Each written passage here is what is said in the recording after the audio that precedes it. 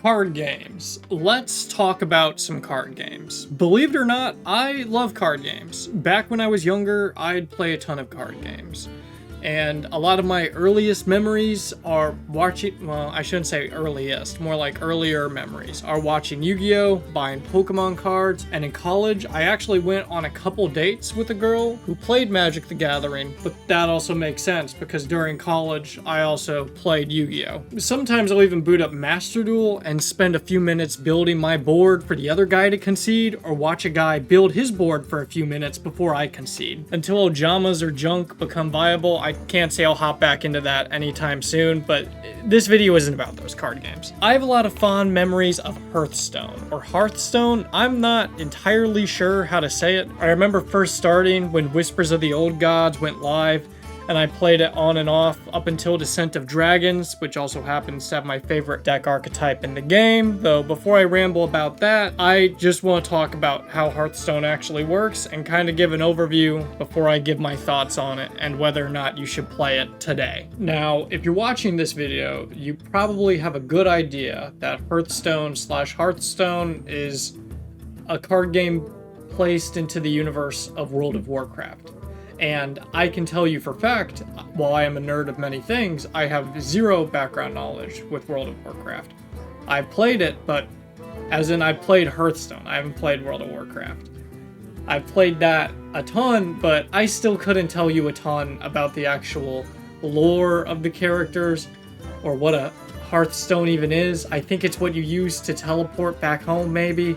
But the point is that this video is an outsider's perspective who's an enthusiast of card games, but less so an enthusiast of Activision Blizzard's World of Warcraft, along with their other mediums in relation to that franchise. I'm a big Diablo fan. We might make some Diablo videos at some point, but just sort of your little disclaimer, I don't know shit about World of Warcraft. So let's talk about the game itself and how it works. So there's you and your opponent. You both start with 30 health. Both players draw a card each turn. The guy who gets to go first gets 3 opening cards, and the guy going second gets 4 cards and the coin. Both players can choose to mulligan whatever cards they want in their opening hand if they wish, and each player begins their first turn with 1 mana crystal to play their cards.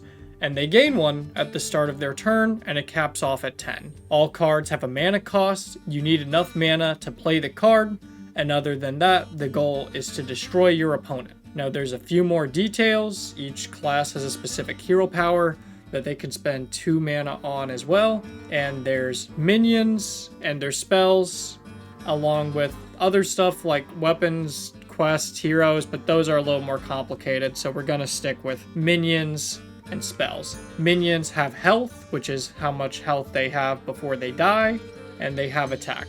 You can crash minions into each other, and they attack each other, subtracting each other's health. So for example, as you'll see on screen, when the minion attacks the other minion, they both take damage in accordance to their attack, and it lowers their health or kills them respectively. Spells are different in the way that you play them using mana, and then the effect happens. There's no need to worry about specific stats for spells, except when there's any cards that buff spell damage, then the damage of a spell is boosted in accordance to that buff. So for cards, there's actually 2 types of cards outside of minions and spells. There's class cards, which are specific to the class you choose in Hearthstone, versus neutral cards, which any class can use.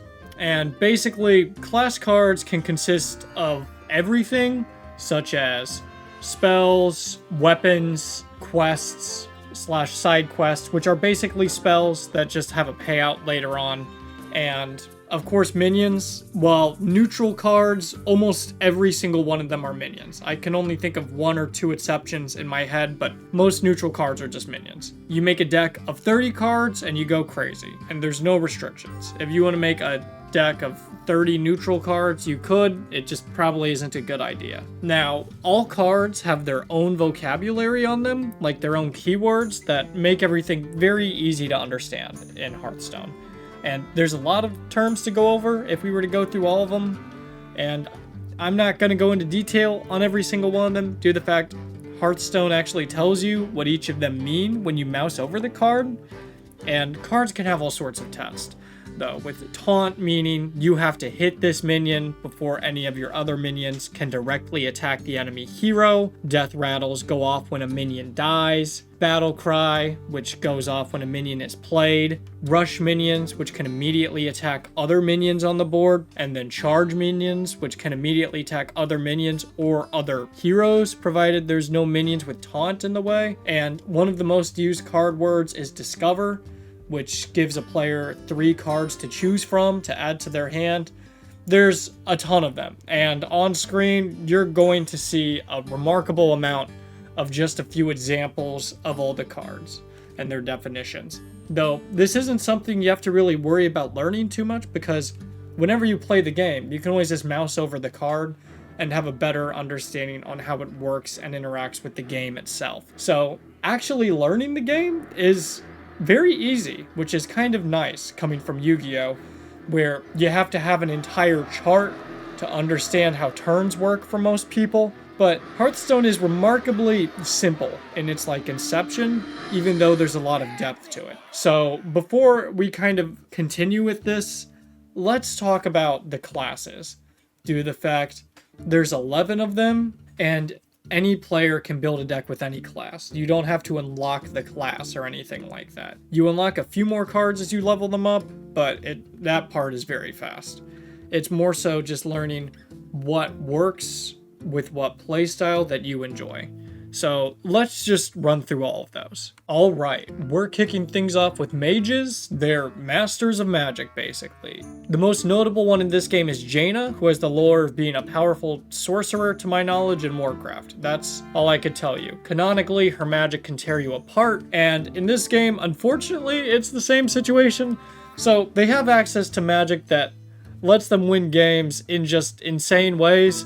So actually, while I was working on this video, they made a change to the card that let this happen, but there was a strat with the mage where if you got 4 of a specific card that lowered the cost of their spells on the field, along with a card that gives them a free fireball, which is just a spell that deals damage whenever they cast a spell, it was just basically a way for them to instantly kill you. But now that's no longer a thing. They also have access to infinitely extra turns in some of the formats that allow all the cards to be used, but what can you do? They have secrets available, which essentially function as 3 mana spells that have a hidden effect during your opponent's turn, ranging from summoning copies of opponents' minions to straight up countering your opponent's moves. The hero power lets them just deal 1 damage to any character on the field, and in addition, they just have some of the craziest spells in the entire game, mainly ones that just cast random ones, and honestly, they're kind of a nightmare to fight.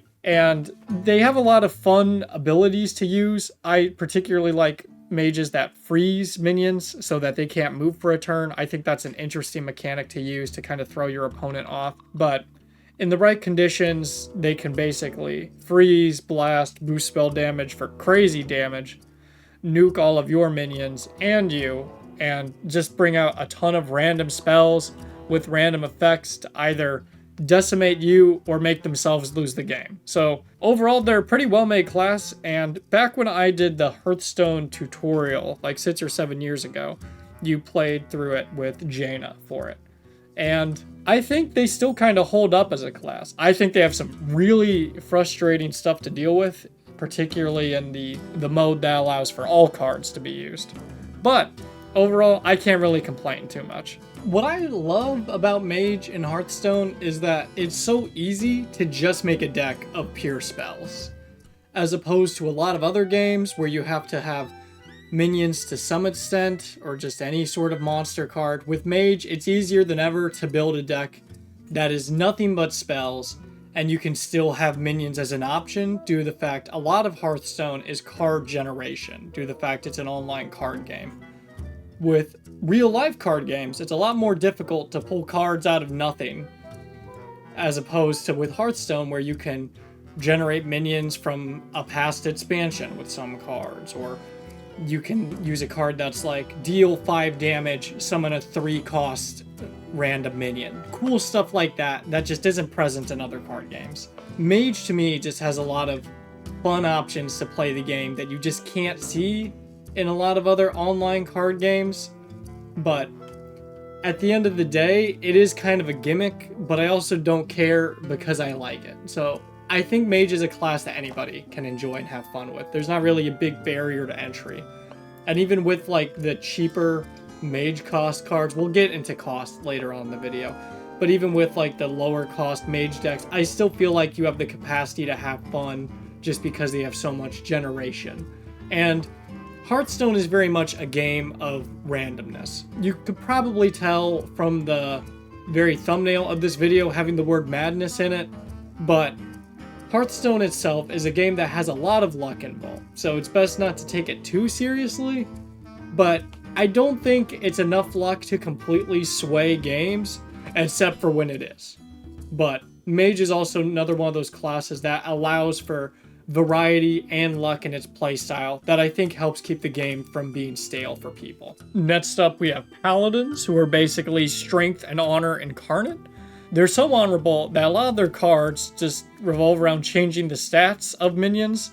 So they create big, bulky minions through the many buffs that they have available, along with making your minions very small by comparison by setting their stats to 1, for example. And they also use cards with the word Divine Shield, which makes them negate 1 hit. They can heal using their holy magic, and they have a lot of taunt minions to protect them, and their hero power lets them summon their fellow man. For just 2 mana, they can summon a 1 attack, 1 health Silver Hand recruit to fight and die for the cause, which have some synergy with their cards as well. Paladins also have the bonus of being able to wield powerful weapons in combat to swing into their foes, along with 1 mana secrets to grant buffs to their minions and aid in their battles as well during their opponent's turn, which is always interesting to see that kind of play during each other's turns in a not toxic way to where both people can still play the game. I personally rather like this class because when I first started the game when I was younger, I ended up playing with them quite a bit. Like when I was 7 years younger, this was sort of like my class, even though it isn't really anymore. Now, their representative is Uther Lightbringer. From what I understand, he's basically the Obi-Wan Kenobi of the Warcraft universe. He was trusted to raise and train Prince Arthas to save the world from the ghouls and felons of Azeroth, and he ended up, we'll get back to that one. Hunters. Power, Furiosity, Ferocity? I'm not sure on how to say that word either. And killing their opponents super early because they summon 1,000 beasts and can just maul you with damage spells along with their horde of monsters. This is the power of Warcraft's Hunter. More than half the Hunter cards, it feels like, revolve around empowering beasts throughout their whole deck or bringing in more beasts to their arsenal. The beasts come in all shapes and sizes and specialize in rushing you down so you don't have time to play the game. Not only that, but they've got secrets just like Mage and Paladin, which allow them to unleash some pretty nasty traps during their opponent's turn, which make their early game a lot more problematic. And finally, their spells can just gun your stuff down with all of their different shots and traps to annihilate your minions, and unfortunately, more so your health. So their hero power allows them to spend 2 mana to just shoot you in the face for 2 damage and putting pressure on you throughout the game. Now, I think this class has a lot going for it, because crazy enough like Mage, you can also make a deck of nothing but Hunter spells with no minions, with multiple other classes. But Hunter itself is one I don't really get, other than you make a deck and you basically go to kill the opponent as fast as possible. That's not to say they don't have endgame cards, it's just most of the time I feel like when I'm playing as Hunter or versus Hunter, my win condition is just getting that strong start and just mauling through them. Now, the only thing I know about the lore for this character representing the Hunter in Hearthstone is his name is Retsar, and my semi-guess / belief is that he's a caveman who is an animal friend to a lot of beasts, and he sure loves hunting heroes as fast as possible, since every game I feel like I lose as early as possible versus Hunter. Now, he may be a part of the Horde versus the Alliance dynamic, which basically comes down to orcs versus man for reasons, and then I think they team up against demons, and if they're not demons, they're aliens, because they fall from the sky, I think, but I'm pretty sure they're demons.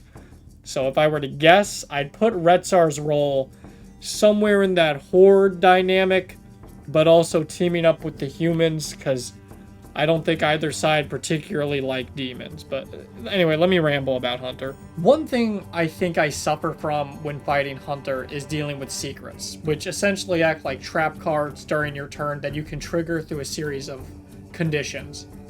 A lot of different Hunter cards punish you for not understanding them, and that's perfectly okay due to the fact there's definitely a learning curve there. But for new players or people coming back to the game, man, it's hard to go through without triggering all of them and playing exactly into the turn they want, so then they can make use of any beasts brought from that or anything they brought out on their turn to best press the advantage and win. I don't think Hunter probably still has that same strength in higher levels, because then everybody knows all the secrets and has a good understanding of the cards. But I think one of the other reasons Hunter is so strong is that at all levels, beasts are very accessible. It makes a lot of sense on how to access them, and they work very well for what Hunter does. And I think it's a very fun class to play, but it's not very fun to fight against. And I kind of think a couple of the other classes in the game suffer from the same problem. But I'd rather multiple classes be overpowered that everybody can play, as opposed to classes be underpowered, you know, and somebody's classes is kind of stuck, not feeling great. So it's one of those things where it's just like, it's a double-edged sword. Yeah, it's well made, it's a fun class to play, but by the same point, I'm not 100% sure how to make it better for me to deal with repeatedly, or how to recommend it for other people, because I know that my experience, because I'm basically a priest one trick, my experience won't be the same as maybe like a control warrior who fights them repeatedly. So a lot of it is just figuring out how each deck plays into which and kind of realizing the pros and cons of it, but the game shouldn't have to change for my lack of understanding. Does that make sense? I'm sure it makes sense. And I say, does that make sense way too much. Behold, the Lords of the Wild, who get to pick what their cards do. Druids have the gift of having many spells and minions with the unique effect of choose one, where they are given two options to pick from with their cards, and they can choose the effect. Some Druid cards even allow them to circumvent this and then get both effects anyway, screwing over their opponent. They are also given the gift of having a multitude of cards, adding mana crystals to themselves, allowing them to be able to throw out higher mana cost minions earlier in the game without having to wait for their mana crystals to grow incrementally one at a time. They can restore health using their mystical natural power, though I guess not to a crazy extent, and allow themselves to gain both attack and armor instead of wielding weapons to directly attack the enemy hero, like Hunter does, for example, Paladin. Basically, if they look like they wield a weapon, they wield one, but Druids don't. They're versatile due to all of their choose one cards, and they can also flood the board with strong minions to annihilate you, since due to the fact they get so many mana crystals early on, they're able to play a bunch of higher cost ones. And they're one of the only classes in the game that has the natural skill to force the opponent to run out of cards to burn them to death, since every time you try to draw a card and you don't have any, you take damage. Now, Druids are forces to be reckoned with, mainly because their cards allow them to adapt and place bulky dudes, along with give them a lot of weird strategies to let them have a higher pace to start due to their mana crystal gaining. Their hero power allows them to gain 1 attack and 1 armor, so they basically just get to attack something using their hero and get just a little bit of buffer, since armor just adds on to your hero's health.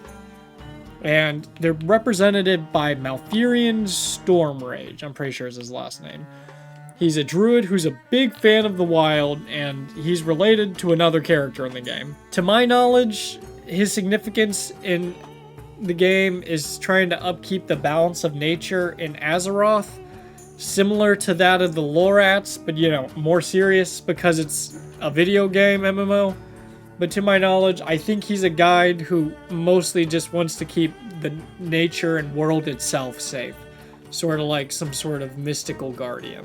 I've always really liked druids. They have a lot of strong cards I feel like would be too strong for other card games, but to the ridiculousness of Hearthstone, they work. I guess an example would be Ultimate Infestation. I struggle to think of a game where that card works without any issue.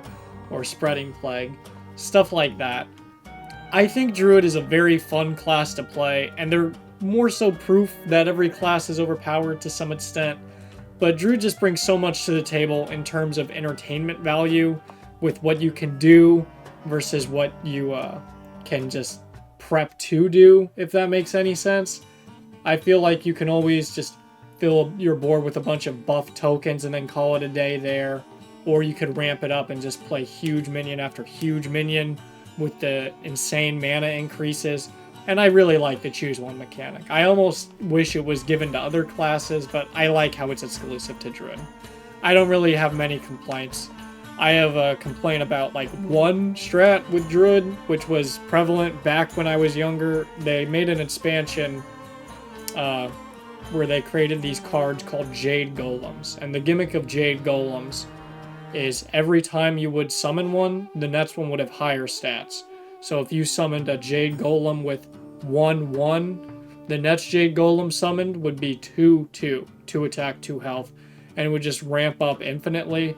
And there was a Druid card which would either summon a 1/1 Jade Golem or shuffle 3 cards that would let you do the same thing in your deck. So you'd basically be able to summon a Jade Golem, or you'd be able to shuffle 3 copies of that same card into your deck that led you to do either.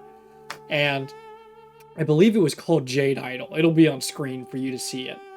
But the gimmick of that card was so crazy because everybody was playing it with a card that let you get both effects, or people would play cards to just destroy their deck, and then they'd only have Jade Idols left, and they would just keep playing that over and over. And that was a nightmare. That might be the only thing with Druid I'm really salty about, but I haven't seen that coming back to get well, no, I think I saw it once, getting enough footage for this video, but it was short-lived, so just a wild gameplay thing. And I kind of like that Druid stuff is just kind of wild or foreign to me. I'd want to ever think that stuff would be put in a card game. Cunning, evil, and they run pirates, making them one of the most dangerous classes in the game. Rogue has mastery over tricks and making the opponent hit the surrender button the moment they see Crystal Core, which at the time of this video being up, I believe it's nerfed, so it is no longer as insane as it was. Rogues are masters at ending the game early due to how fast they can fill the board with minions, along with play strong battle cry minions to repeat over and over, and rogues also tend to have more minions with the ability of stealth, which makes minions untargetable due to the fact they're hidden on the board, and they can steal cards from other classes to use as their own. And they have access to a variety of strong removal abilities. Granted, every class has removal abilities, I just think it's a little more prevalent with Rogue. There's a multitude of cards that deal more damage to undamaged minions. They possess a multitude of combo cards that allow other cards to gain bonuses if they've played other cards this turn. They create copies of cards in their deck and hand over and over.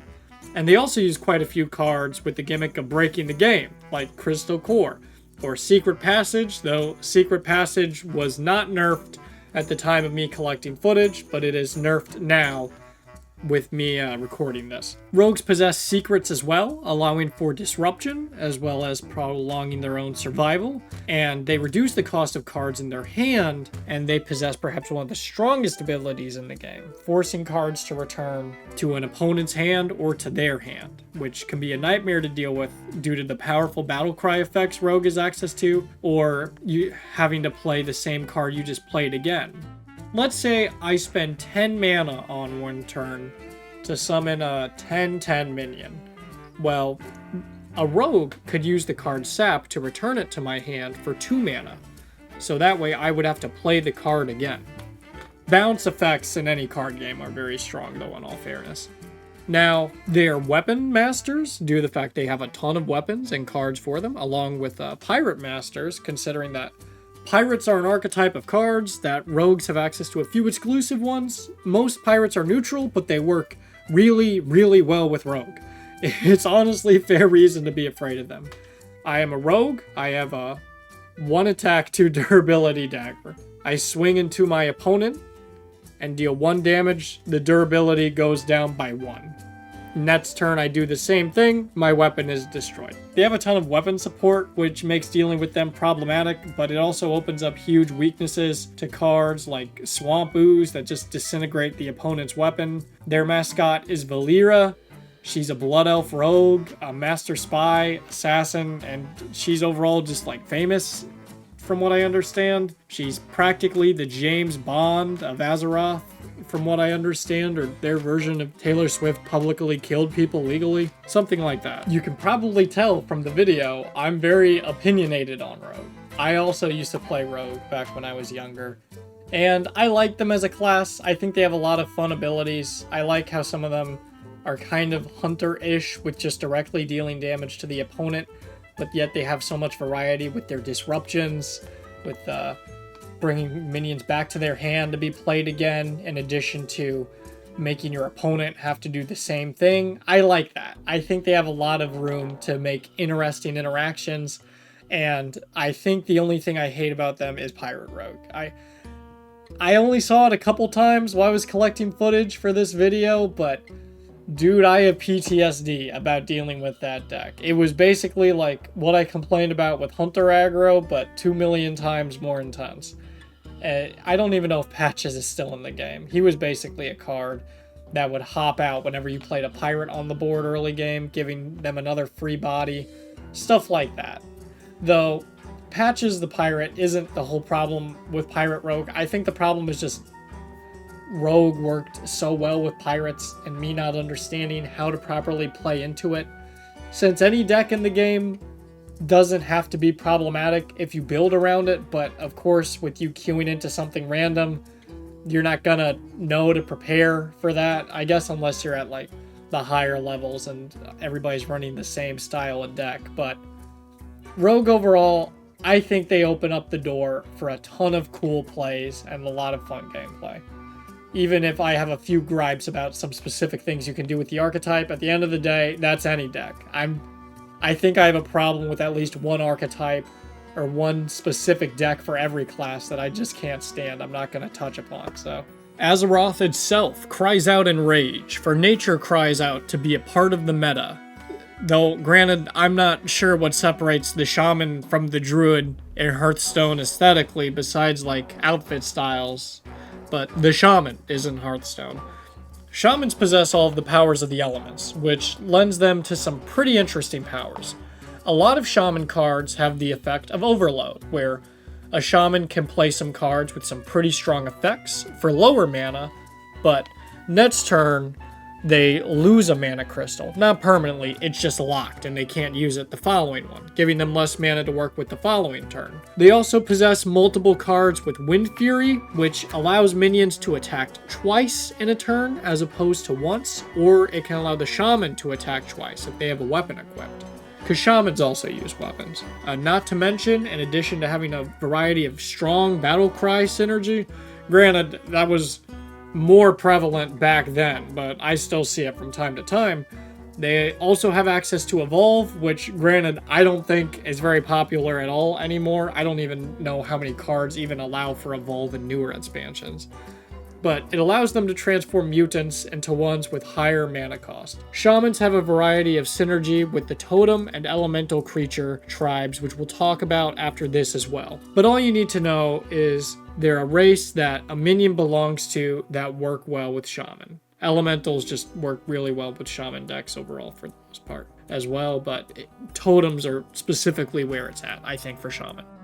Their hero power allows them to summon from a random set of totems. There's only 4 granted, but I believe the one you get is random. And their representative is Thrall, I think is his name, or the Zenyatta skin you've most likely seen in the Overwatch World of Warcraft collaboration. He's arch enemies with the Lich King, from what I can gather. I am going off of my lore for Thrall from the Overwatch animation. Please don't sue me. But Thrall is the good guy who will act as mentor and guide with the heroes to have them stop the Lich King's evil plans. I like Shaman, but that's it, actually. I like Shaman. A lot of their spells revolve around different aspects of nature, some of which being like Healing Rain, for example, is one of the cards, or just, oh gosh, what are some good ones? Avalanche, which is cool. I hope that's not the Mage card I'm thinking of. Or the Lava one that unlocks your overloaded mana crystals. I like Shaman. They do cool stuff, and I like their aesthetic. I've always kind of been big into that whole, like, primal nature bit. Less with Druid, because that's specifically, like, forestry, from what I understand. But Shaman sort of having the mountains, the earth, the air. It's like Avatar, and Avatar is sick. Everybody loves Avatar. But what I don't really get about Shaman is their place. I have a hard time describing them compared to the other classes just because I don't understand them as well, due to the fact I just haven't played them a ton or know a ton about how exactly they work with their pros and cons in the game and where exactly they fit in Wild or where they'll fit in Standard. But I think they're easy enough to learn, and they have the very simple, you could always just fill your board with minions and then just buff them all and win the game strat that most classes can do.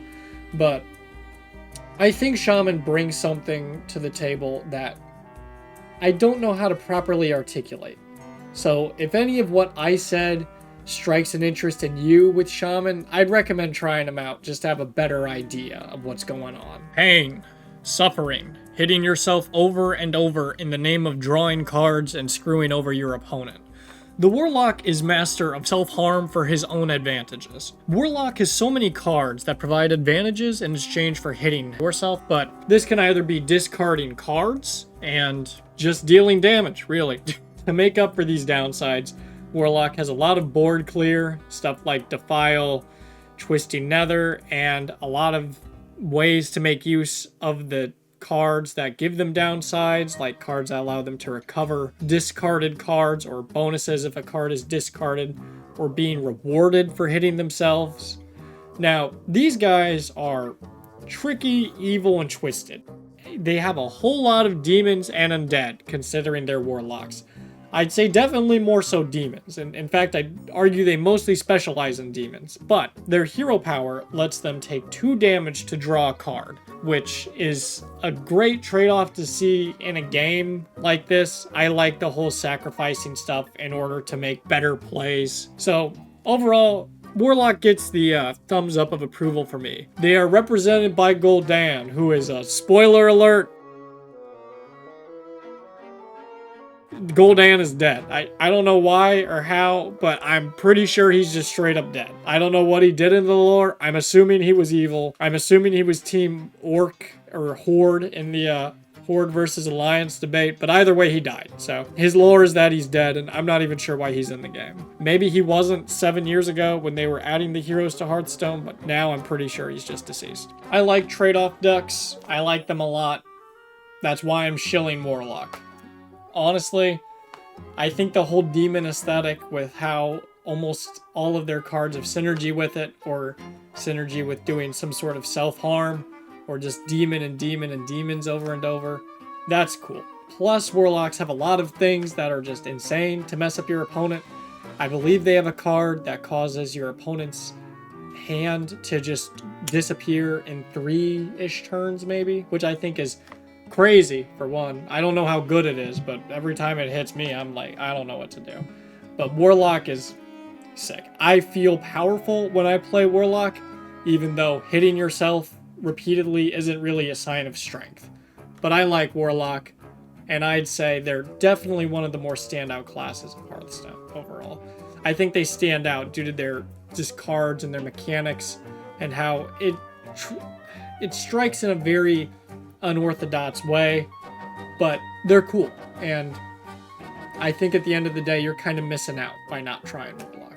So though granted, I do think they are a class that does revolve around having a lot of the cards. I have very much struggled to make a Warlock deck using substitutions. I will say that. Not to say it isn't possible, or like you couldn't do it without researching. I'm just saying this is pretty strictly I couldn't find a ton of substitutes for cards when building this stuff, and that's important to remember due to the fact getting cards is kind of bad-ish. We'll talk about that in the next segment once we finish off the heroes. Strength, big weapons, tanking damage, and using zero brain power whatsoever.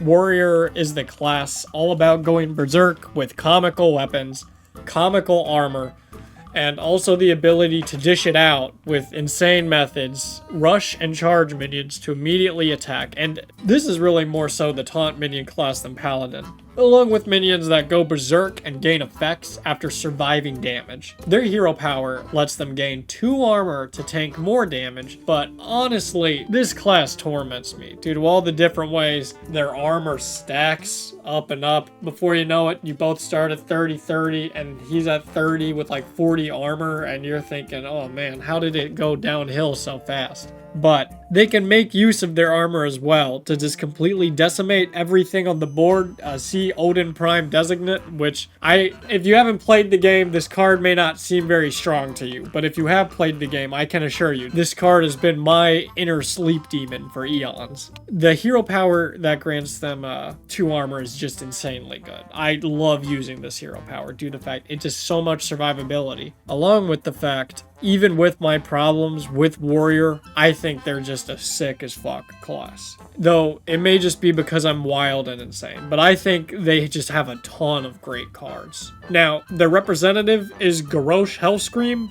In the battle between the Alliance and the Horde, which may or may not still be the centerpiece of the World of Warcraft, I couldn't tell you. I believe Garrosh is Team Horde, which is Team Orc. I know he loves orcs, and he loves them enough to kill any human, man, woman, or child in his way, I'm pretty sure. So I think he's a bad guy, but I also don't know if the Horde are bad guys, so make of that what you will. You may be able to tell that I'm really not a big fan of one specific warrior strategy. And it's weird, because I feel like armor as a whole in Hearthstone is just absurdly strong, but I've never actually made any decks specializing in dealing with it, which is probably why it throws me off so much whenever I do play the game. But I like Warrior. I think they bring a lot to the game. I don't like Armor Warrior. I hate Armor Warrior. Odyn Prime Designate is probably my least favorite card in the game, but I like Warrior as a class, and I really love all the things you can do with it and still have it work. I ran Mech Warrior for a long time with the Boomsday project, which was an expansion in Hearthstone. Basically, the deck revolved around just having a bunch of strong mechs as Warrior, and it was really fun to play. I really liked that style of gameplay due to the fact mechs have a lot of interesting synergies with each other as like a minion type, and we'll get into minion types as well. But Warrior brings something to the table with its ferocity. Ferociousness? I'm not sure. Even if I dislike some of the ways it's played, that doesn't really stop me from stopping it, but I really don't like Armor Warrior. I really don't like Armor Warrior at all. Priest. My favorite class in the entire game. You can tell because almost all of the footage I collected for this video was with my signature Priest deck. Priest has access to spells that allow for mind control, shadow words that destroy or affect minions based on their attack, regardless of any other factors, and they can copy cards in their opponent's deck rather than taking cards from their class, like Rogue. Priests also have the unique power of silencing enemy minions, which negates all of the card text on either a priest's minion or the opponent's minions. They have access to copying the opponent's minions, just straight up stealing them, or wiping the opponent's boards through crazy clears. Priests also have access to plenty of healing and the ability to enter shadow form and other dark magic, which grants them new hero power, dealing 2 damage to any target as opposed to healing for 2, which is what priests can normally do. Priests can overheal their minions to activate minion effects, And one of my favorites is the fact priests can resurrect fallen minions back to their side. They have a lot of synergy with minions activating abilities on death, and honestly, it's a great mechanic to see, especially with being able to bring minions back from the dead, like it's Monster Reborn. They're my favorite, and I love the card generation, with them being able to take cards from the opponent's deck and use it in their own, along with the whole power of resurrecting other minions and just card generation in unique ways, along with minion manipulation in unique ways. I think that really lets Priest shine. And as said, their hero power lets them restore 2 health to any target, making them perfect for granting increasing survivability to both their minions and themselves, or the opponent should they choose to. It's not the same as having a comical amount of armor, but they can still get up there with the amount of health they have. They're represented by Anduin Wrynn, I'm not sure how to say it, but he's the prince/heir to one of the kingdoms in World of Warcraft, and instead of following in the warrior path his father did, he instead became a priest, wielding both holy and shadow powers, which is pretty neat. Yo, we're back. Sorry, gang, I'm a little sick, so I had to step away for a little bit. Anyway, priest. I love priest, if you can't tell. They're my favorite class by far, even though I think they're objectively bullshit. I can't stand fighting priest. I've had times where whenever I match up with another priest, I'm thinking, oh, I kind of just want to concede. I mean, I think they present some of the most interesting ways to interact with both your opponent's cards, like as in their hand and their deck, along with their minions. And that's why I like them, is because there's that dichotomy of, oh, I don't know exactly how this is gonna work with my deck, but I know I can use some of his stuff to make it work a little better and just sort of expand my reach with, okay, I have the perfect card to get rid of his minions as long as they have a 3 attack, 5 attack, 7 attack, all that. They present a lot of interesting ways to interact with the game, the board, and its mechanics. Now, the only thing I don't like about Priest is that, man, it feels bad. It feels very bad losing against Priest sometimes, because he just mind-controlled your shit, and then you're just fucked. But that's also part of the game, and that's also a mechanic to be aware of when dealing with Priest, is that they have all these different adaptabilities and ways to approach situations, which I like. So, I love Priest, but with the asterisk, fuck them. Yeah. In the world of Azeroth and Hearthstone, which I guess is Azeroth, demons are generally frowned upon. That's why there's a group of outcasts known as the Demon Hunters who tend to deal with them. And what's interesting is that the Demon Hunters actually have their own keyword on a majority of their cards, Outcast. Outcast gives cards a bonus when they're played on the leftmost or rightmost card in a person's hand. And considering you can't change the order of your cards in Hearthstone, this adds an interesting strategy to how they approach situations and the cards they play. Demon Hunters also focus more on attacking with their hero, given the fact they have weapons, but I think they focus on it more than warriors, rogues, and druids to emphasize their hunting nature without being a petting zoo. Though, in reference to that, since they wield weapons, unlike druid, for that sort of hunting nature, they also kind of go against their own ideology, from what I understand, due to the fact demon hunters tend to use demons. Similar to warrior, they also have a multitude of rush minions. I'm not 100% sure of the logic there, more so with the demons. The rush minions are fine, but to each their own. And the hero power of demon hunter is actually only 1 mana, which has it stand apart from the rest of the cast in the game. But to make up for it, it's just a worse version of the druid hero power.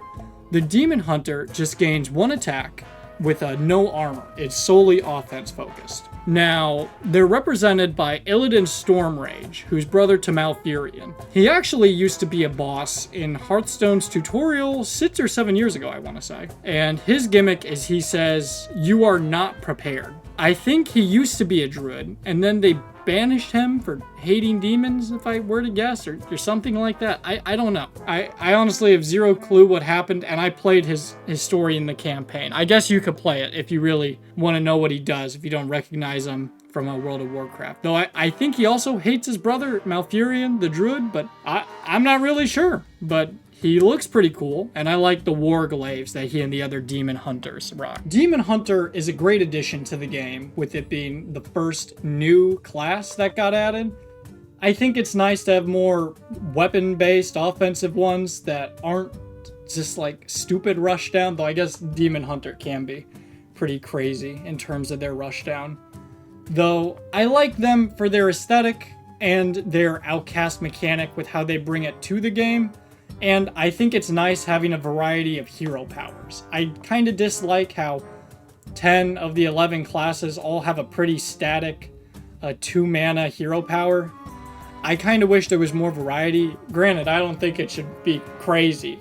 I think at the most they could probably charge 3 mana for the hero powers to give them individuality, solely because anything later than that is kind of putting you at a disadvantage going versus the other classes. But I like Demon Hunter. I think they're very cool, and I think their aesthetic is very, I don't know the word, but intense, in a way that I think WoW fans who enjoy Demon Hunter could appreciate, but I'm also not a WoW player, so I couldn't tell you. But just looking at them from a glance, I look at that and think that's generic, cool MMO hunter character. And I like that being in the card game.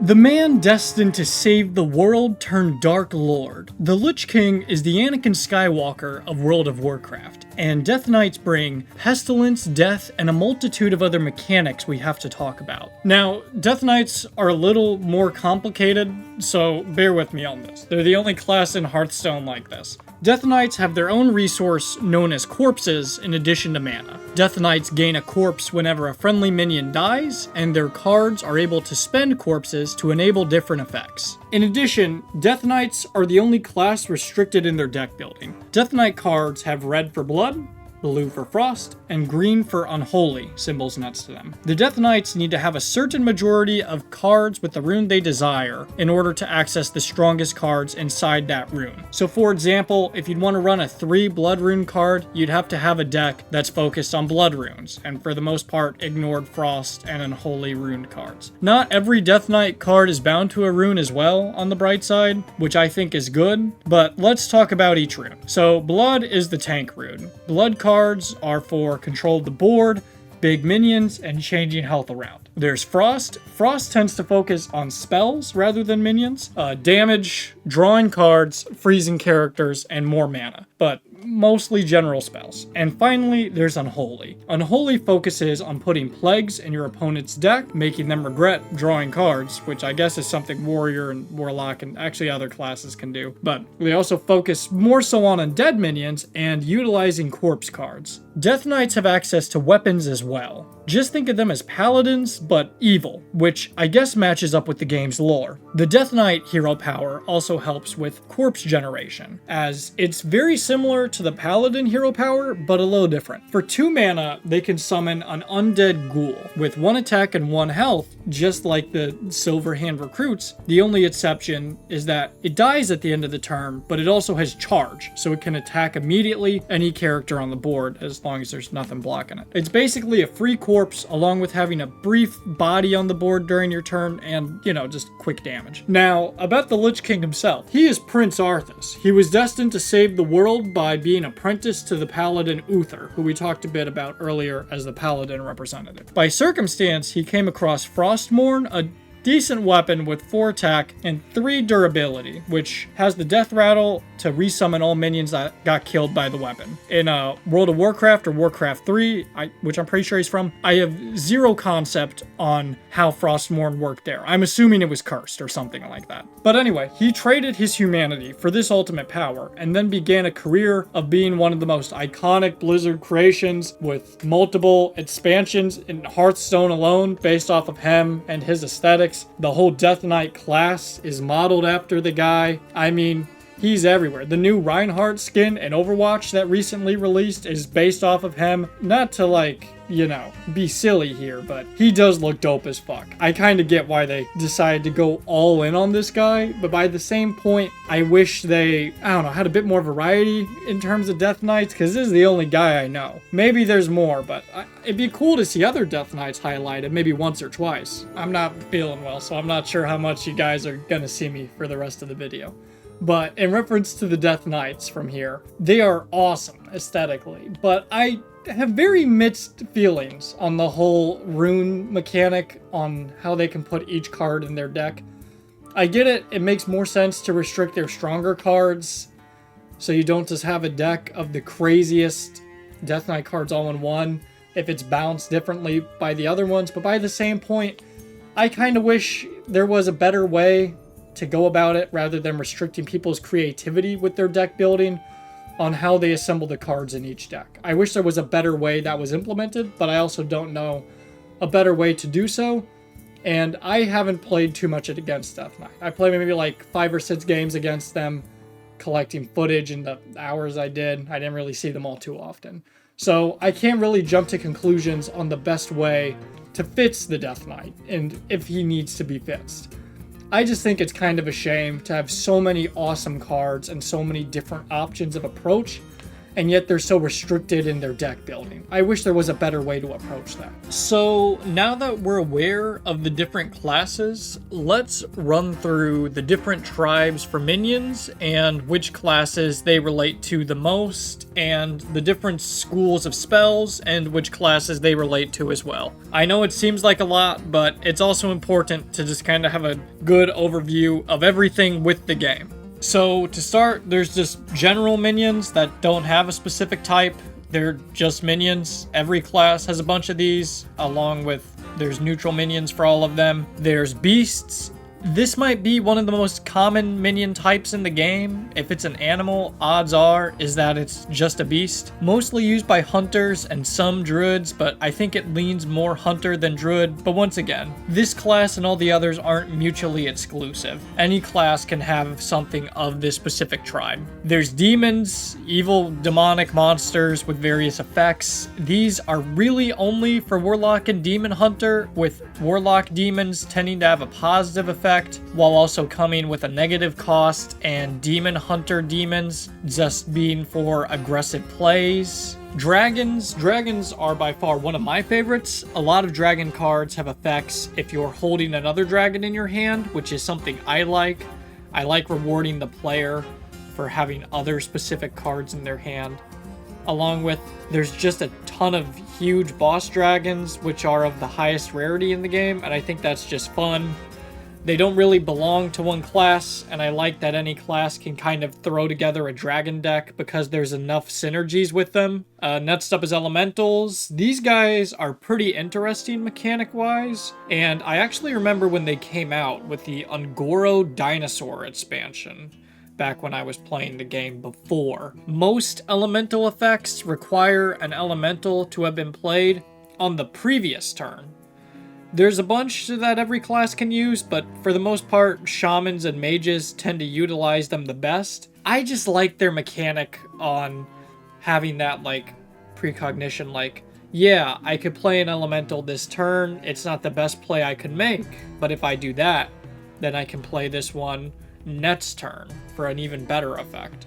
There's mechs, you know, this won't turn into another video where we talk about machines again. Mechs have huge variety in what they can do in Hearthstone and are especially strong with Paladin and Warrior.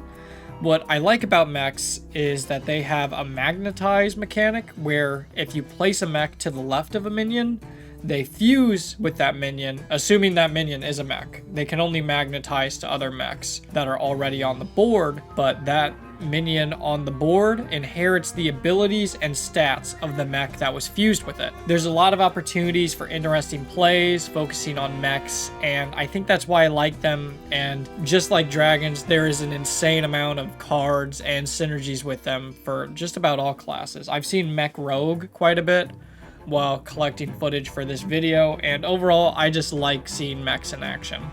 Alright, next up is Murlocs. These guys are just a Warcraft mascot at this point, which is kind of funny because I don't even think they're even on a side in Horde versus Alliance, though I'm assuming if they were, they'd lean Horde. I feel like you're most likely to recognize these guys if you don't know who the Lich King is. I think they're just maybe a little bit more in public knowledge, if not on the same level. The Murlocs have really strong synergy with Paladin and Shaman, though any class can make them work. They're basically Horde tactics. The gimmick is, if you get a bunch of them on your board, they all play into each other, and they can escalate everything really, really fast. They're funny deck, and I like how you can make them work even when they shouldn't, and I've absolutely gotten my teeth kicked in by these guys before. So, Murlocs are just a fun deck, though I don't know how much of a meme they are, because as said, I do think they can be efficient, but all my knowledge in this comes from the highest rank I got while collecting footage for this was gold 10, so take that with a grain of salt since I am by no means a pro. Next up is Naga. Naga is completely new to me because I had zero idea Naga were even in the game prior to revisiting Hearthstone because I wanted to make a video and because I wanted to revisit the game. They all revolve around casting spells, not all, but a lot of them, and they're mostly utilized by demon hunters and mages, from what I can tell from their cards. Honestly, they're not a bad addition, though I also haven't ran into many decks that solely made the focus on Naga, so if this is toxic or overpowered, apologies for my ignorance. Pirates. You know, Hearthstone actually has a deck utilizing the 4 Horsemen of the Apocalypse in the form of its Zodia Paladin, but I kind of consider pirates to be more so the Horsemen of the Apocalypse of Hearthstone because these guys are everywhere, especially in Wild, with Pirate Rogue, along with Pirate Demon Hunter being a thing now. Pirates are mostly reserved for rogues, warriors, and I guess now Demon Hunter. Even though most of the pirate cards are neutral, they just have insane synergy with those classes and specifically weapons, and they also match with killing their opponent insanely fast. There's not too much to say other than it's a very strong deck that can very quickly snowball out of control into just ending your opponent's game like that. Next up is Quillboars. I was also not aware of this one when getting footage and revisiting the game, and I didn't even realize they were a category until I was going through all the categories for this. So I found out about it now by pure chance with me checking to make sure I didn't miss anything. From what I can tell, this is really just for lore or something since there's no real synergies with any of these cards. They're labeled, but I have never seen a card with a Quillboar synergy unless I guess I just missed one while looking stuff up for this video. I don't know, it seems more like a bit, and one thing I don't get is that Quillboar get their own character minion race that does nothing, but Kobolds don't, even though I feel like there's a ton of Kobold cards. Totems are pretty much exclusive to Shaman, and they all tend to do very specific things. They're what spawned in with the Shaman hero power. Most of them don't have any attack at all, but they make up for it with their abilities. But for the most part, these are strictly for Shaman. I can't think of any that aren't besides like dual class cards, which there are a few of in Hearthstone. But they're really mainly for Shaman, and they provide a variety of interesting effects for them to use and interact with their minions. And finally, we have Undead. Undead minions mostly revolve around other undead minions dying on turns that others are played, or ones where they've died previously, or sometimes it's just for flavor text.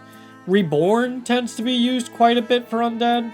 Reborn just means the card spawns back to your side with 1 health after it has been destroyed, which fits the Undead motif. They're mostly utilized by Death Knights, but also Priests and Warlocks to a lesser extent. Overall, a lot of cards also fall into Undead, and they work, but this is just sort of, as a rule of thumb, they go under Death Knight. Now, let's talk about the spell schools. So, there's Arcane, which is stereotypical wizard magic, though it can also be seen a little with druids, though most mage spells fall under this, and it very much has that sort of traditional wizard aesthetic with magic. Now, as I get into these spell schools, just be aware that none of these are class exclusive. For example, Mage uses all sorts of fire, frost, and everything else under the sun. It's just more so general ideas on what uses what. But, as said, any other class can use any other type of spell school. Next up is Fel. Fel is hell or chaos magic, whatever floats your boat more with the definition. It's mostly for warlocks and demon hunters. Basically, it's the reverse of arcane from how I understand it, being more hellfire, demon, evil aesthetic magic. Next up is fire, which is pretty literal. It's mostly associated with mages and warlocks, but hunters or anything that revolves around fire falls into this category. Next up is frost as well. This is another self-explanatory one. I was about to say this is associated with mages, but honestly, all the spells with traditional elements can kind of be associated with them, along with shamans. But if I were to put frost in one specific category, I would say it's death knights. Then there's holy. It's godly magic, and it's mostly focused on paladins and priests. Anything with the traditional objectively good and godly aesthetic and aura falls under there. Next up is nature. This is really more so the natural state of the wilderness and woods. Sort of like Radagast the Brown, if from Tolkien's universe, or maybe he was made up for the Hobbit movie. I don't remember, but the point is, it's like that. So it's mostly focused on shamans and druids, but the exception here as well is that it can also be associated with rogues for any sort of poisons. Next up is shadow. It's evil magic, but more so in the traditional void aesthetic as opposed to hellfire. It's mostly used with priests, warlocks, and of course death knights. And that's about it, actually. So let's talk about the actual format of Hearthstone and how it's played. So for the purposes of this video, Hearthstone is 3. There's Standard, which attempts to have the most refined and fine-tuned modern Hearthstone experience. Standard uses a certain set of core cards, always available across seasons, along with the most recent cards from the most recent expansions. This is done so that everything in the game remains somewhat balanced while avoiding the Yu-Gi-Oh! Effect, where it's a lot more difficult to balance almost every single card in an ever-evolving card game. Random effects only generate cards from the standard rotation unless they specify otherwise. And the second is Wild, and my favorite game mode. Wild allows all cards to be played, for better or for worse. All sets from the past are on the table. All cards are fair game for being generated, and it allows a lot of interesting and creative decks to shine through. At the highest levels of ranked, scaling is pretty comically unfair, but it's still fun to hop into Wild with an old deck you've touched up a little bit to make it a bit more modernized to see how you stack up against everybody else. My personal deck that I used for a vast majority of collecting almost all the footage for this was utilizing a card set from the expansion Descent of Dragons, based around a guy named Galakrond. Well, who is Galakrond? He's from one of the Hearthstone adventures, and basically he's a hero card that gets stronger the more times you play cards with the Invoke ability. Invoke does something different depending on your hero, but in the gameplay that I did, it was for Priest, and for Priest, it adds a random Priest minion to hand. By playing this in Wild, you're just kind of a gambling master, hoping to get a minion that holds any relevance whatsoever to your game, and then gain out Galakrond to decimate the opponent's board. It's one of the funnest decks I've messed around with in a card game in recent year, and I'd honestly suggest it to anybody who enjoys silly deck ideas that work around making the most out of random cards you receive. If there's any interest in it, I think I might just show off a deck showcase on my second channel, but I'm not super worried about it. I'm not sure how many people are big fans of Galakrond, Priest, Hearthstone, Wild, but if you are, just let me know. Galakrond also has some interesting lore as well. So from what I understand, he was the biggest bad of all dragons ever, and then he just died for some reason, and the only fight I found when trying to look up Galakrond boss fight on World of Warcraft was Ooze of Galakrond, which was just some slime that fell out of his corpse, which was just resurrecting other dragons, which is, one, metal as fuck, but two, I would have preferred just Galakrond. He's a really cool guy, and I'm a big fan of just comically monstrous dragons like Smog and such, or Midir. Well, actually, I hate Midir, but that's beside the point. Anyway, the third game mode is Twist. Twist is a Hearthstone mode that revolves around a rotating rule set every season. Sort of like how Overwatch used to have those random arcade game modes. It's a little similar. And the fourth technically is casual. It's like wild, the only difference being that playing here doesn't affect your rank like it does for the other modes. I honestly say you're better off just playing wild and seeing how far you can climb, due to the fact you actively get more rewards for it. Though, don't let me discourage you from trying it if you're not interested in anything like that. Moving on, there's Arena, which is probably the best mode in Hearthstone, objectively. It's draft, where you build a deck and see how far you can go. There's honestly a ton of good YouTubers on how to build a good arena deck and seeing how far you can make it. And honestly, I think draft is one of the best ways to experience Hearthstone. Unfortunately, you have to pay an entry fee of coins to enter a game.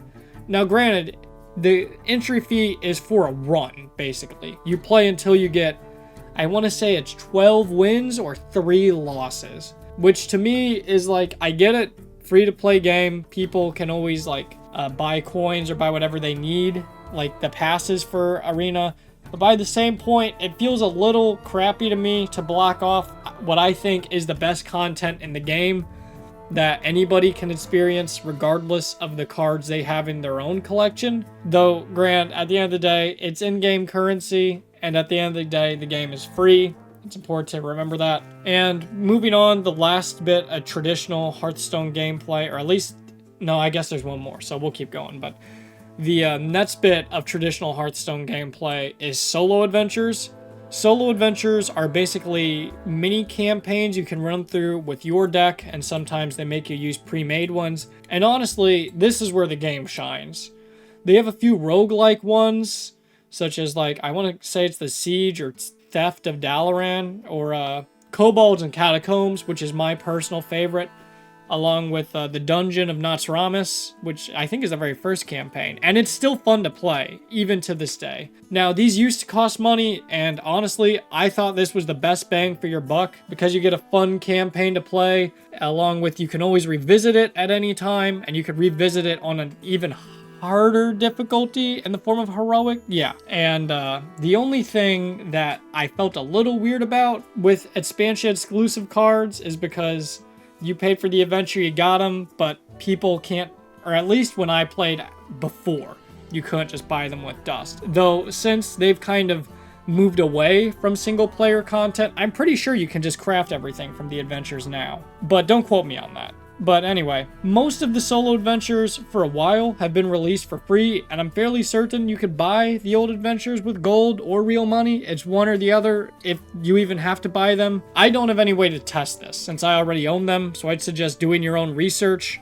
But if you can play these for free, I'd absolutely recommend it. I think they're a lot of fun. Next, there's Tavern Brawl, which is more like Overwatch's weekly random arcade mode than Twist, now that I think about it. Each of them just take a random theme and go wild with it. Like, let's say a Tavern Brawl is you pick 5 cards and they multiply each one by 6 and that's your deck. That's an example. Or every time you play a minion, add a random spell to your hand.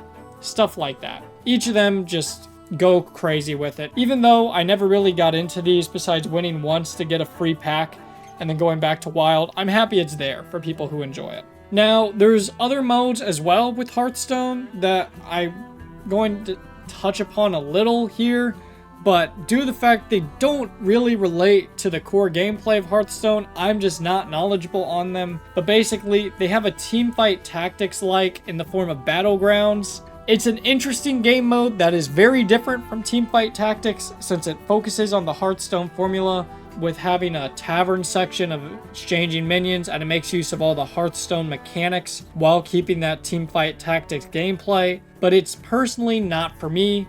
Along with, there's a turn-based RPG-ish game mode in the form of Mercenaries, which I just don't think is very fun. It's very standard. You pick your party, they each have a certain amount of moves. They can either strike, they can activate taunt to tank, they can heal, stuff like that. It's very traditional, but it didn't really have enough to keep me invested. So those two modes, they may be of an interest to you, but if you're looking for the core traditional Hearthstone formula, I think both stray away from it too much for me to really focus on it, especially when going through and thinking on whether or not I'd recommend this game. Okay, so now you're basically an expert on the core foundation of Hearthstone. So let's talk a bit about what works and doesn't work about the game, and then I'll get into my pros and cons, and then I'll get into my, is this worth your time? Is this worth playing or not? So I think as a base, Hearthstone is extremely fun and addicting. After every game, and even while recording this video, I kept just wanting to run one more game to see who I'd match up with and how I could handle them. I think the game has such an easy way to learn it,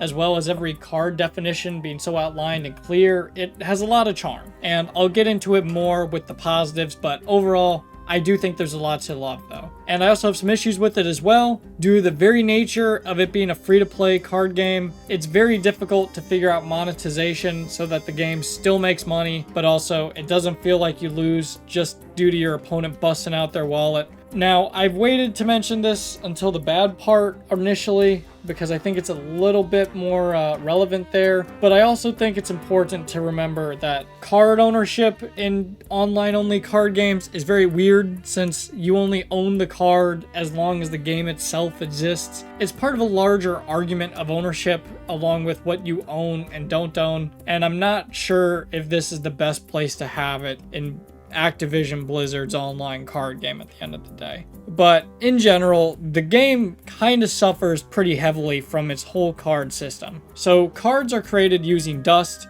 and you get that dust from disassembling cards.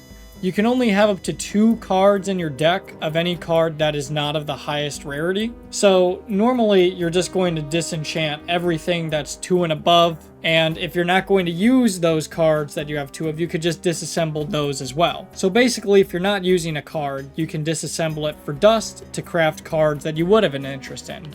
And it's just an easy way to clear up your collection, and cards are split into 4 rarities, with common, which is gray, rare, which is blue, epic, which is purple, and legendary, which is golden. You can tell from the little gem in the center of the card, and legendaries always have this metal looking dragon skeleton on it. Now, the issue with this comes from the game honestly being incredibly stingy with dust. Granted, I only have 2 real decks because, one, I accidentally crafted a golden version of a card I use in my Galakrond priest deck, which you've probably been able to tell from gameplay, which costs double the amount of dust. So in conclusion, that'd be 2 legendaries worth as opposed to the 1 being made. But by the same point, I've played on and off for years, and I haven't been able to build that many decks in general that I would consider to be my major interest outside of what I've pulled. And the monetization in this game just feels very silly. For reference, there's a $60 hero skin in the shop for Ragnaros for both the warrior and shaman classes, and that just seems extreme to me, especially because it's not even a portrait of Ragnaros in the same style of the other Hearthstone heroes. It's just some random goofy looking model that looks like it's pulled from Heroes of the Storm or something that's completely out of place. I feel like cards could be more generous with their collection in general, which is kind of weird to say because I feel like now the game is in a much better spot for newcomers to join than it was when I got into it from a free-to-play standpoint, even if you're going to be struggling for a while to build the exact decks you want to. The game has a battle pass, which I have mixed feelings on, but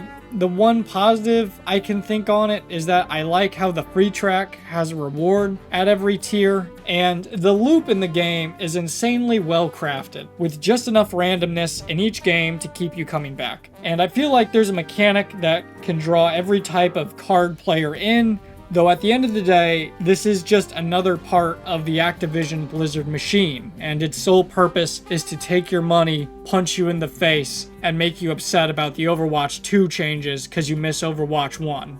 I kind of miss the smaller game Hearthstone was, that was a little less flashy, with less monetization, in the form of the game 6 or 7 years ago.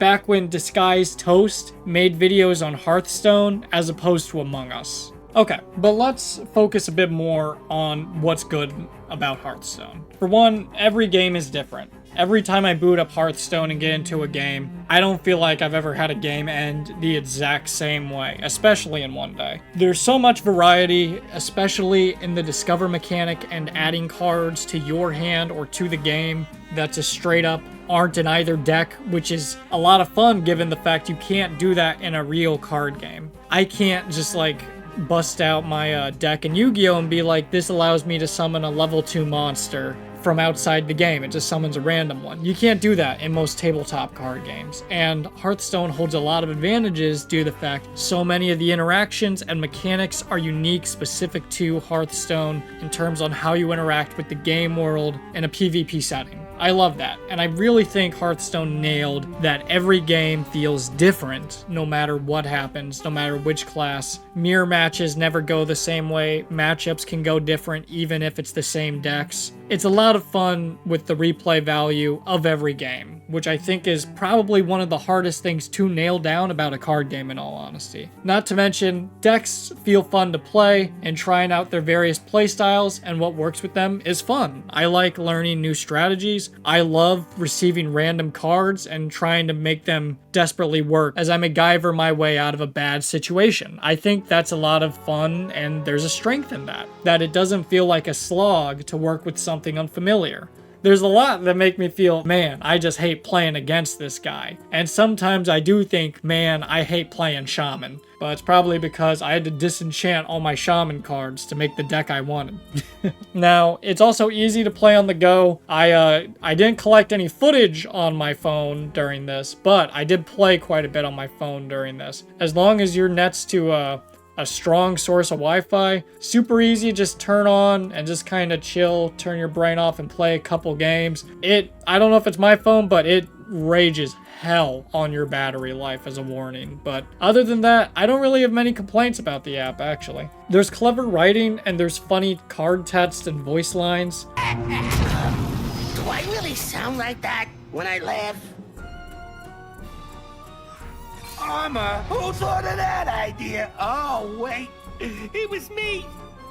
I like the fact there's some character interactions with what they say, and occasionally they'll talk to cards. This is especially present in single player, but another thing I like is there's just funny references in general with the game. They're very self-aware with a whole lot of 4 mana 7/7 cards. If you remember, I want to say it was Madness of the Old Gods. There was quite a fuss in the community because there was a card named Flame Wreathed Faceless, I think. And its gimmick was 4 mana 7/7. If your opponent didn't have an answer for it, it was GG's, because that card was crazy at the time. It's significantly less good now because I feel like 4 mana 7/7 is such a meme in the community that there's other cards that even reference it. So it's pretty kind of funny how the power scaling turned out. Now, single player content in Hearthstone is genuinely up there with Slay the Spire. I know you're not gonna believe me. I know this is just gonna sound like insane ramblings, but I unironically would 100% recommend anybody who has an interest in Hearthstone to check out the single player. Kobolds and Catacombs is one of my personal favorites, but they also have a whole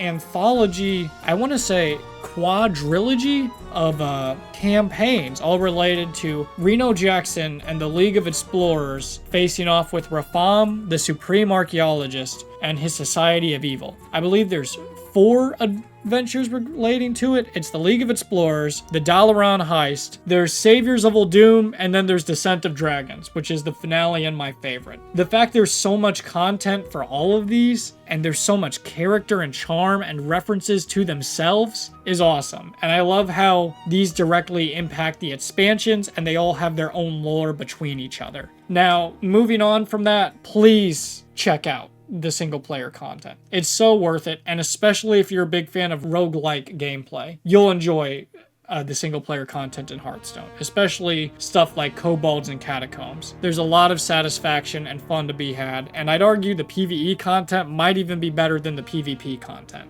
Now, one thing I like about Hearthstone as well, there's a lot of cool tech to pull off. There's stuff like Exodia Paladin. There's a card in the game that if you have nothing in your hand, your deck, or on your battlefield besides that card, and that card dies, you instantly win. It's Mechathune. I've actually lost to that card way more than you would think should be allowed, because there's a lot of decks that can make use of it. There's a lot of fun ways to win in Standard, and there's even probably quadruple those fun ways to win in Wild. It's just a fun game to mess around and play with. Not to mention the animations and art style, and the voice acting. Everything is stylized in such a fantasy-esque way. It really works. I feel like I'm a part of Azeroth, even though I've never even been there. I couldn't tell you a thing about it, other than Yogg-Saron is a fucker. But I really like how everything just has so much character and personality in what they've made in Hearthstone. You can tell from the way every card says something when they die, when you have them attack another unit upon summoning them. There's just so much character from the Warcraft universe, and it almost makes me want to get involved in it, which is very crazy because I have zero interest in World of Warcraft. But they've done that good of a job building up that universe in Hearthstone and creating so many recognizable characters in the game. Like, dude, I could still tell you about half the people I remember from Hearthstone as cards, like Hagatha, Shudderwock, Madame Lazul. Those are kind of cheating because all of those are from like the single player stuff. King Togwaggle, but there's other things that I think are just so iconic in the game that really, really work. Like, what about Prophet Velen? He's not in the single player adventures, but I know him because of his priest card, which is insanely strong. Just stuff like that. It has so much recognizability and character, and you could tell people with real passion worked and poured their heart out into the game, the art, the voice acting, the effects. It's all there. And I think the number one best thing about Hearthstone is that it's super simple to learn. It's super easy to look up almost any term in the game just by mousing over the card. And I think I've maybe had 2 total cards I've had questions on how they work, but I've never really struggled with any of the mechanics because they're all just written out on the cards. It's so easy. And I think that whole learning the card game for most people is the most difficult part. So from what you can tell from here, I like this game. I have a lot of stuff I do like about it. But by the same point, I also have a lot of complaints and issues with it and its execution. So what's bad about Hearthstone? For one, there's a huge collection investment gap between like the newest Hearthstone players and the oldest. Of course, that's going to be present in any card game that's online. But in Hearthstone, while the game does give you tons of cards to start, after that, it sort of does it mobile game style and puts you on a drought to where you're tempted to just get a few packs so that you can have some more dust, some more cards that might fit better into your deck. It sort of starts out strong and then drip feeds you after that. So it's nothing as bad as the difference between a fresh account in OSRS versus a matched level one where it could be like thousands of hours, but it's pretty bad. And that's something important to go into, is that you're going to be building that collection to be happy with it for a while, especially if you plan to do wild. It will take a very, very long time. Now, moving on from that, the Battle Pass has very few actual paid rewards. And don't get me wrong, the less content locked behind money, the better for the game. But it doesn't make sense to me that you pay $20 to literally get nothing besides a few cards and hero skins. I like how the free pass has a reward at every tier though. I'm really happy about that. But I'm not happy that the paid version just straight up has very, very, very few rewards throughout the entirety of the paid track. Like, what's the point in paying for it? And I wasn't even 100% sure if I was missing something. So for this video, I got it. I got up to tier 60, and we'll talk more about progression in just a second. But it's pretty much a drought going through there. I mean, you get the free pass rewards fine, but after that, all you do is collect the very rare hero skin, card back, or actual card, and that's it. So I don't really know how I feel about that, because don't get me wrong, I am thrilled that the majority of the rewards aren't free, but why can't we have those same tier of rewards for the paid? Why can't we just have double the gold every level? Why can't we have like double both for each? It doesn't make sense to me, and it feels like such a weird thing to do, especially for the paid part. Like, at least in Overwatch 2, and even Apex Legends, if I recall correctly, when you go through to collect all that stuff from the paid pass, even if it's useless junk, at least you got something to show for it that you made it through that tier. So I don't know why they don't match that. Now, not to mention, Battle Pass progression is extremely slow. The only real way to make progress is through daily and weekly challenges. It's almost identical to Halo Infinite's system. I believe the wiki says you can make up to 400 SP per hour playing optimally, though I don't know if that's true upon thinking, since I'm thinking off the top of my head. And 2, even if that were true, you're still slogging. I mean, a lot of these tiers take like 1,000 and some of them take 2,000 more. I mean, you're going to be going through that battle pass for a long time. And the only way to make like notable headway is through the challenges, which to me is frustrating. Don't get me wrong, you get more if you win. Like, it's not like a complete cop-out to play a match. But by that same point, you're just not hitting the milestones that you would if the XP system was more generous. I think it's just extremely cruel and slow. I'm not a fan of the actual Battle Pass progression model because it takes so long. It makes it really hard to recommend it to people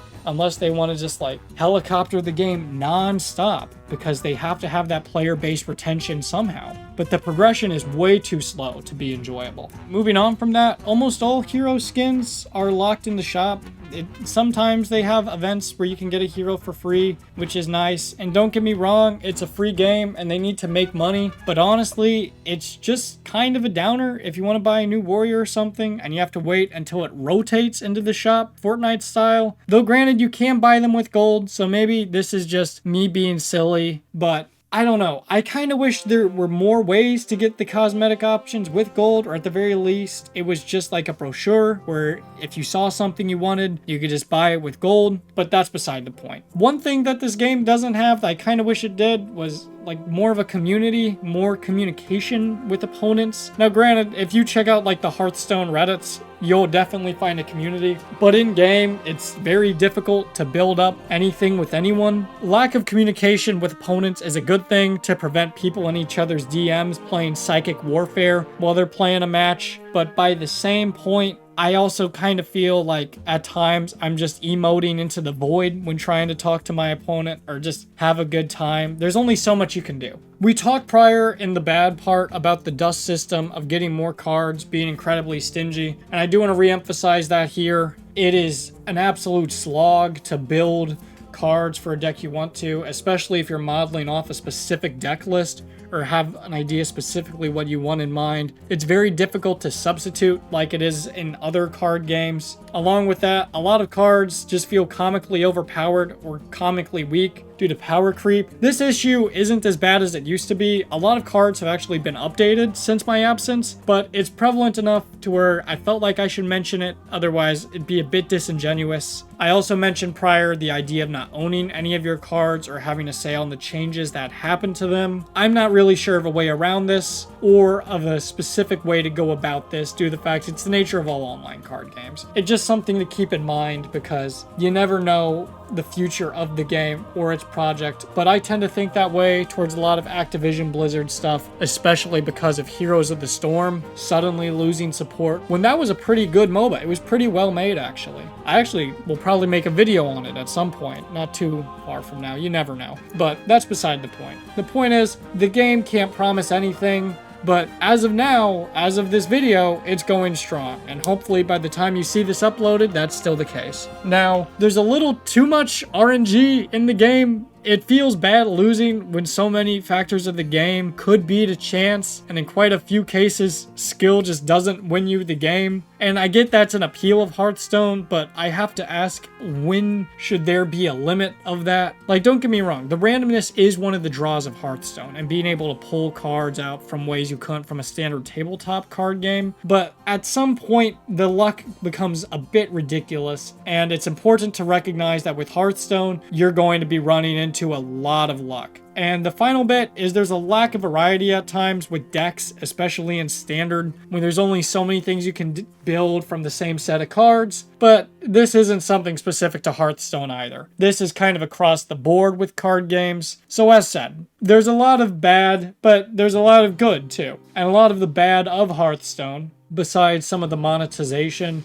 and the actual grind of building a collection, is just stuff that comes with the digital card game space, which is important to remember. Okay, so I've talked about Hearthstone quite a bit in this video. I went over all of the mechanics, all of the classes, all the cards, and all the cards in the forms of their different types and such, and my personal thoughts on the game. Now, the question comes down to, is the game worth your time and money? In terms of time, I think there's a lot to enjoy here. I think alone, I'd recommend it solely for the single player content, just because I think there's a lot of hours you could have spending with it and grinding that out and having a fantastic time with a lot of interesting roguelites that I can't say they ever like exceed Slay the Spire, because that's just straight up wrong, but I can say they get pretty close in terms of matching that quality, and it is fun. It's really well made. Would I say it's worth your money? Unless you're in the competitive scene of a game with so much luck involved, I don't honestly think it is. I think there's a lot to love about Hearthstone, but I don't think it's worth investing that much money into it at the end of the day, because it's all so luck based. And the fact so much of it is rotating as well with the standard sets. Granted, it's not like instant or anything. Like once you buy something from an expansion, you'll have it for a long time. But that's not really where this comes from. This is really more so from the fact as a long-term investment in a card game, you're not going to get a ton of mileage out of it, as opposed to something like Magic the Gathering or Master Duel, where, well, actually, I don't know how Magic the Gathering works. But anyway, the important thing here is that I don't think this is gonna have the longevity that you'd be looking for in a game like this. Now, the future of Hearthstone and its future as an Activision Blizzard project, I can't say that for certain. I would assume it's good due to the fact so many people pour money into this, and their mobile game division probably has their own Mint at this point from Diablo Immortal. So I don't think that's something to be worried about, but you never know with Blizzard, because they're very prone to messing up franchises that I enjoy, such as Diablo 4. Now, one thing I wanted to focus on before I kind of went into the actual investments as well is more so the actual character. If you love Warcraft or World of Warcraft or Azeroth, if you recognize any of these people, if you know any of these characters, I'd say go for it. If you like actually have any knowledge or experience with any of this universe, this has got to be like cool as fuck to you, hopefully, because it's cool as fuck to me, and I know nothing about any of these characters whatsoever. So if you know anything about it, please go on and check it out. But before I go on, I really want to say, if you're going to get into it, I don't know if I'd recommend the battle pass under any circumstance. As said, it really seems like the free one is just better overall, given the paid one just has so few rewards. I can't get over, honestly, how little rewards paying $20 for the battle pass has. If you're gonna play it for battlegrounds and mercenaries, I'm not sure of the level of knowledge you need for it. To me, it seems pretty basic RPG, but I haven't played it for more than an hour. In terms of battlegrounds, in order to get a strong understanding of it, I'd highly recommend watching some YouTube videos, because it's actually a surprisingly deep mode, but I can't say I liked it. I can't say it's that type of game for me though either, because I don't like teamfight tactics or any of those big, you have your army dudes, you assemble them and you watch them fight the other guys, and then you deal a magic hit to the other. It just doesn't entertain me. So if you're coming into Hearthstone for those two modes, maybe pass. But if you're coming in because you have a real interest in card games, especially one that does so much interaction outside of tabletop, I think you'll enjoy this. So is the game worth your time and money? Short answer, probably not. But it's free, so you have nothing to lose, except time. But long answer is, if you're in it for the longer play and you're willing to handle the obnoxious grind and you have a genuine interest or love of the universe, it's definitely worth trying. But I also don't want to leave this video out on a negative tone. I want to talk about some other card games you might get more mileage of that are less hostile towards your wallet and avoid the problems that I've mentioned. Now, I'm not going to shill Marvel Snap because I haven't played it. I'm not going to shill Master Duel because I actually have a lot of other complaints with that game, which is, you know, shocker. And I'm not going to shill Legends of Runeterra because I haven't played it. And I'm not going to shill Magic the Gathering because I haven't played it. But I will shill Inscription, Slay the Spire, Gwent, but I've only played Gwent inside The Witcher 3, so you might just want to play The Witcher 3. so play The Witcher 3 and Cultist Simulator. Those are all interesting card games I think you might just have a better time with. Though granted, sometimes I hear the call of Galakrond and I come back to Hearthstone, and that's okay. Thank you for watching. I'm gonna say it. Like and subscribe if you enjoyed. That's it. Bye.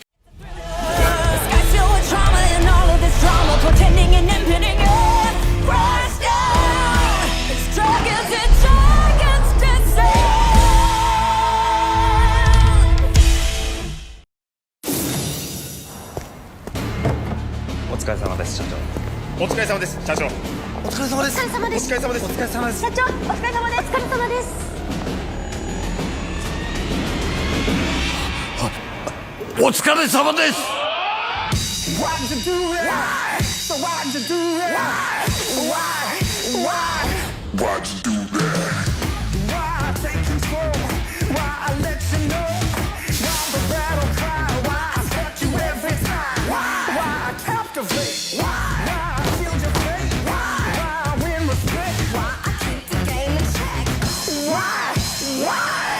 あるぞ一発逆転世界5000万人が熱狂戦略カードゲームハースストーン Be legend.